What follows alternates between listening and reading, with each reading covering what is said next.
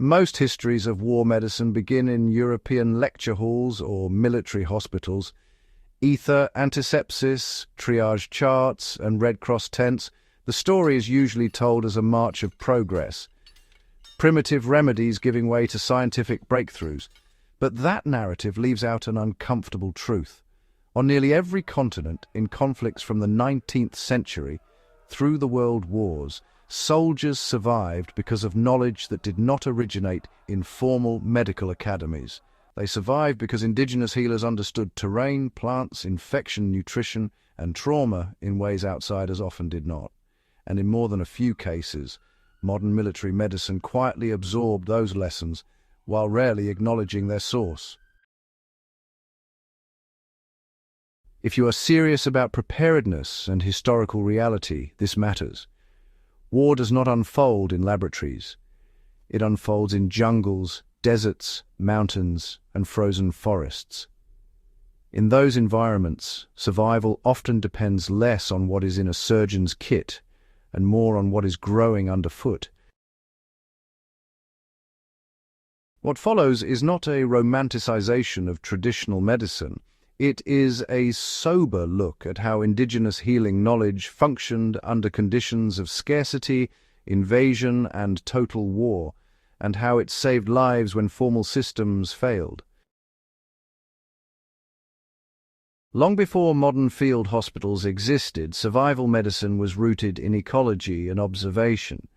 Indigenous medical systems across the Americas, Africa, Asia, and Oceania were not improvised collections of folklore. They were cumulative knowledge systems refined over centuries of environmental exposure. In North America, for example, many tribes used willow bark infusions for pain and fever, long before salicylic acid was isolated in European laboratories. In the Andes, coca leaves were used to combat altitude sickness and fatigue, a practical adaptation to highland warfare and labor. Across sub-Saharan Africa, plant-based antiseptics and poultices were applied to wounds with a sophisticated understanding of inflammation and infection control. When colonial armies moved into unfamiliar terrain in the 18th and 19th centuries, their official medical doctrine often lagged behind environmental reality. Supply chains broke down, European remedies spoiled in tropical heat, surgical interventions were limited by lack of sterile conditions. Under these constraints, soldiers and expeditionary forces frequently relied, sometimes reluctantly, on local healers. The pattern is consistent in colonial records: initial dismissal followed by pragmatic adoption, survival forced adaptation. In North American conflicts, indigenous wound care practices quietly influenced frontier medicine. During the 18th and 19th centuries, frontier warfare exposed European settlers and soldiers to new pathogens, climates, and combat injuries. Indigenous communities had long experience treating arrow wounds, blunt trauma, burns, and environmental injuries such as frostbite. Many tribes emphasized immediate wound cleaning with boiled water or plant infusions, followed by the application of antimicrobial herbs and breathable dressings made from natural fibers. Military surgeons in remote forts often had little beyond basic instruments and alcohol.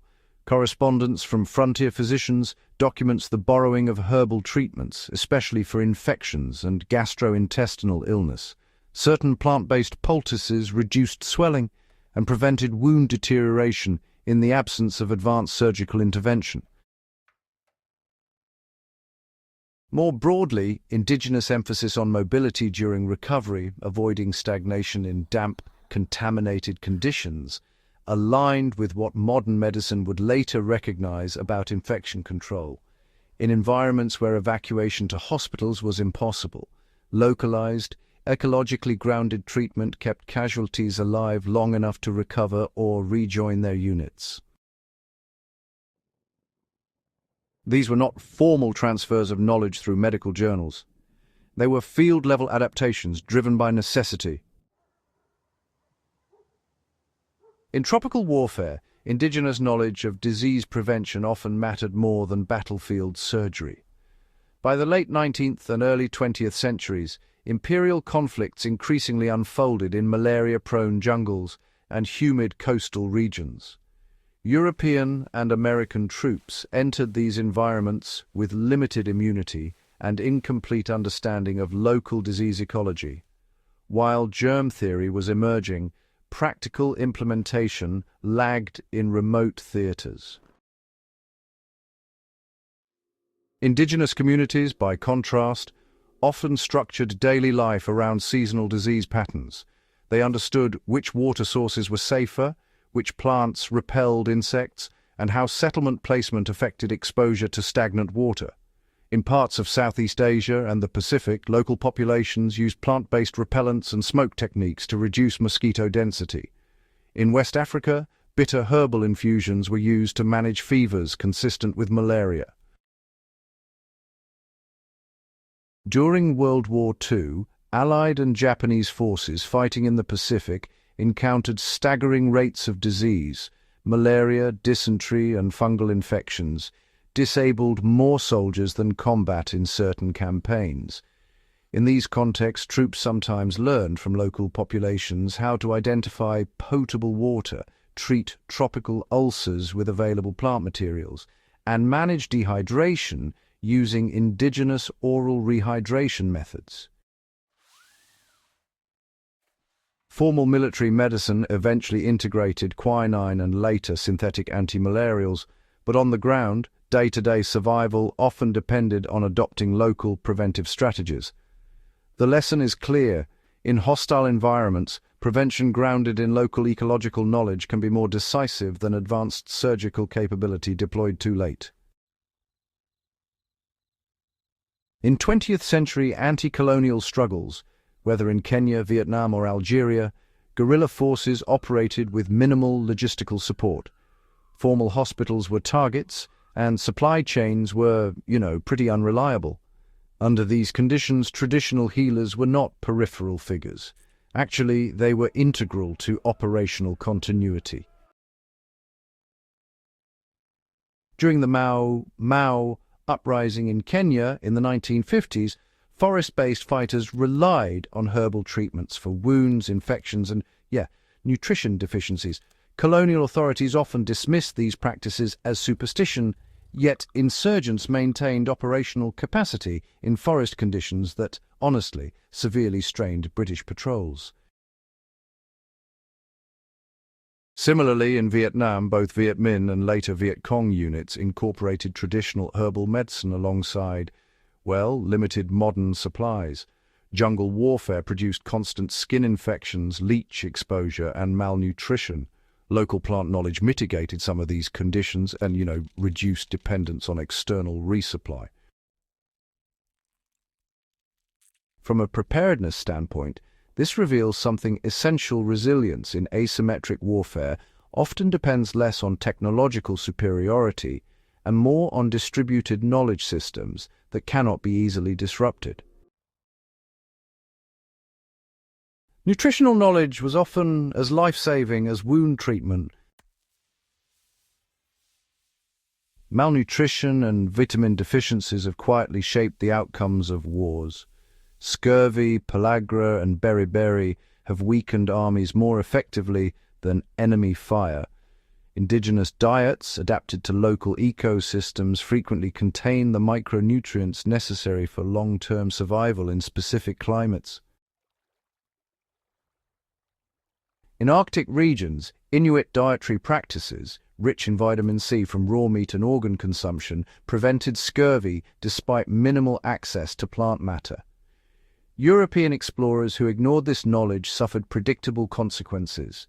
Over time, some expeditions adopted local dietary habits and significantly improved survival rates. In Pacific Island campaigns during World War II, stranded personnel sometimes survived by learning from local populations which plants were edible, how to process toxic roots safely, and how to harvest protein from reef systems. These were not trivial details. Misidentification of flora could be fatal. Modern military survival training now emphasizes local food identification and environmental adaptation. That emphasis has deep historical roots in indigenous practice. As colonial administrations consolidated power, many traditional healing systems were marginalized or even criminalized. Missionary medicine and state-backed hospitals presented themselves as, well, exclusively legitimate. Yet in many rural and conflict-affected regions, formal medical infrastructure remained, honestly, pretty sparse. The dismissal of indigenous healing was often less about evidence and really more about authority. Control over medicine meant, in effect, control over communities. Even as certain plant compounds were extracted, patented, and integrated into pharmaceutical production, the knowledge networks that preserved them were, undermined. For historians, this complicates the standard narrative of medical progress. It was not a clean replacement of ineffective remedies with effective ones. It was actually a contested process in which valuable local knowledge was sometimes preserved, sometimes appropriated, and, well, sometimes lost. Today's emphasis on preventive medicine, decentralized medical training, and environmental adaptation in military doctrine, well, it really reflects accumulated experience. Soldiers are trained in water purification, insect avoidance, field sanitation, and improvised wound management. Special operations forces, they study local ecosystems and often consult regional experts when deploying into unfamiliar terrain. Remembering these histories sharpens our understanding of resilience. Indigenous healing knowledge did not replace modern medicine, nor should it be romanticized as universally effective. But in war after war, it filled critical gaps. It kept fighters mobile when evacuation was impossible. It reduced disease rates when supply lines collapsed. It preserved communities under occupation and displacement. For those interested in preparedness, the lesson is not to reject modern science. It is to recognize that resilience depends on layered knowledge, formal and informal, laboratory-tested and field-proven. Over-reliance on centralized systems creates vulnerability. Adaptation to local conditions creates durability. History rewards those who pay attention to what works under pressure. If you value serious, in-depth analysis of the overlooked dimensions of conflict and survival, subscribe to The Prepper Historian and share this video. These stories deserve to be understood, not as footnotes, but as foundations.